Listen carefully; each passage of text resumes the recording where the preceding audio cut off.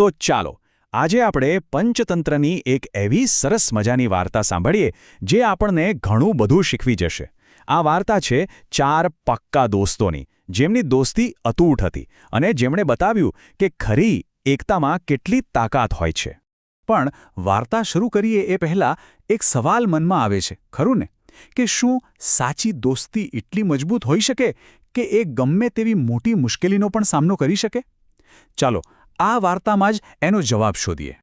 તો આપણી આ વાર્તા શરૂ થાય છે એકદમ જંગલની વચ્ચે, જ્યાં 4 સાવ અલગ અલગ જીવો વચ્ચે એક એવો સંબંધ બંધાયો હતો જે ક્યારેય તૂટે જ નહીં.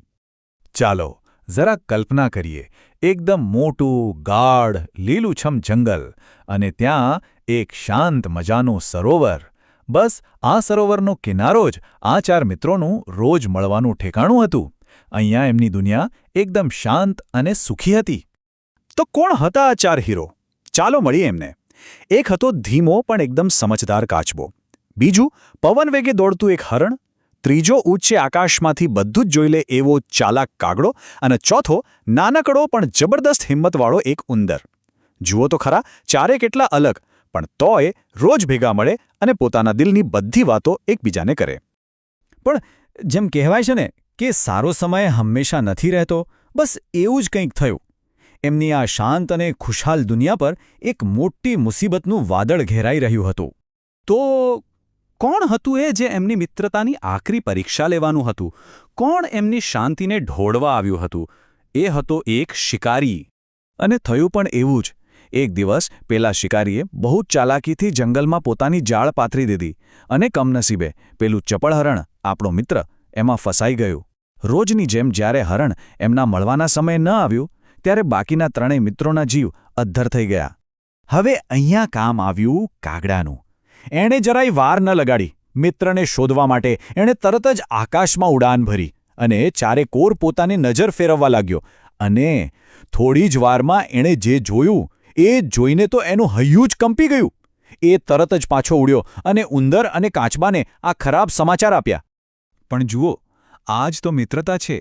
સમાચાર સાંભળીને એ લોકો ગભરાયા નહીં, હિંમત હાર્યા નહીં. એના બદલે તરત જ નક્કી કર્યું કે ગમે તે થાય હરણને બચાવવું જ છે. હવે એમની દોસ્તીની અસલી તાકાત બતાવવાનો સમય આવી ગયો હતો. અને એમનો પ્લાન એકદમ સિમ્પલ પણ સુપર્બ હતો. કાગડાએ પોતાની પાંખોનો ઉપયોગ કર્યો. એણે ઉંદરને પોતાની પીઠ પર બેસાડ્યો અને સીધો જ હરણ પાસે પહોંચી ગયો. અને પછી આવ્યો ઉંદરનો વારો. એણે પોતાના નાના પણ ધારદાર દાંતથી એ કામ કરી બતાવ્યું જે બીજું કોઈ ન કરી શકે. જોતજોતામાં આખી ઝાડ કાપી નાખી અને હરણ આઝાદ. હાશ, જેવો એમણે રાહતનો શ્વાસ લીધો ને, ત્યાં જ ધડામ સામે આવીને ઊભો રહ્યો પેલો શિકારી. એ પોતાનો શિકાર જોવા આવ્યો હતો. અચાનક જ બધામાં ભાગદોડ મચી ગઈ. હરણ તો પોતાની ફૂર્તિથી જ જંગલમાં ક્યાં ગાયબ થઈ ગયું ખબર જ ન પડી. કાગડો તો ઉડી ગયો અને ઉંદર પણ બાજુના જ એક દરમાં ઘૂસી ગયો. પણ બિચારો કાચબો, એની ધીમી ચાલ એ શિકારીથી કેવી રીતે બચે? અને એ પકડાઈ ગયો. અરે રે, એક મુસીબત માંડ ગઈ ત્યાં તો એનાથી પણ મોટી મુસીબત આવી પડી. હવે શું? હવે તો પડકાર પહેલા કરતાં પણ મોટો હતો. આ વખતે એમનો સૌથી ધીમો અને સૌથી લાચાર મિત્ર શિકારીના કબજામાં હતો.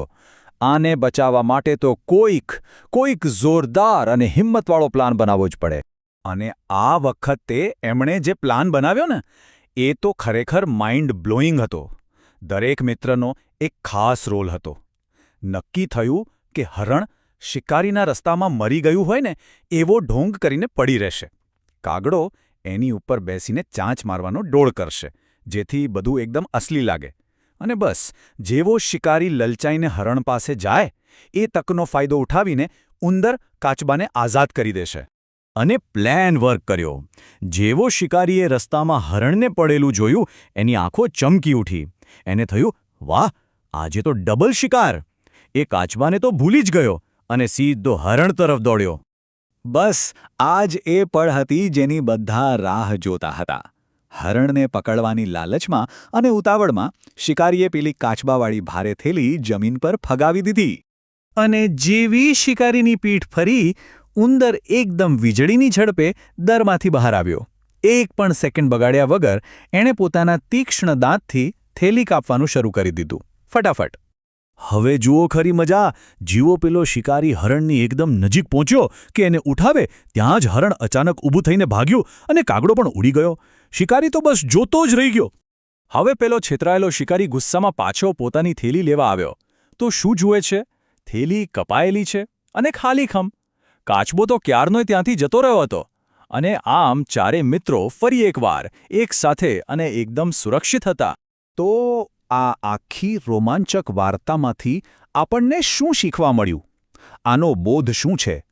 ચાલો હવે એના સૌથી મહત્વના પાઠ પર એક નજર કરીએ. આ વાર્તાનો આખો સાર બસ આટલો જ છે. વિચારો, જો એ લોકો એકલા હોત તો શું થાત? હરણ પોતાની તેજ ગતિ હોવા છતાં જાળમાં ફસાઈ ગયું હતું. ઉંદર નાનો હતો, શિકારીથી બચી ન શકત. અને કાચબો તો સાવ લાચાર હતો. પણ જ્યારે એ ચારે એક થયા ત્યારે એમની તાકાત અનેક ગણી વધી ગઈ.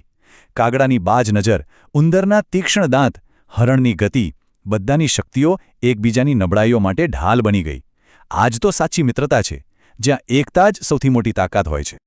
વાર્તા તો અહીં પૂરી થાય છે, પણ જતાં જતાં એક વિચાર જરૂર મૂકી જાય છે. દરેક મિત્રે પોતાની જે ખાસિયત હતી એનો ઉપયોગ બીજાને બચાવવા માટે કર્યો, સ્વાર્થ વગર. તો આ ચારેયના સંબંધમાં એવી કઈ વાત હતી જે આપણને સૌને સૌથી વધુ સ્પર્શી જાય છે? આના પર વિચારવા જેવું ખરું.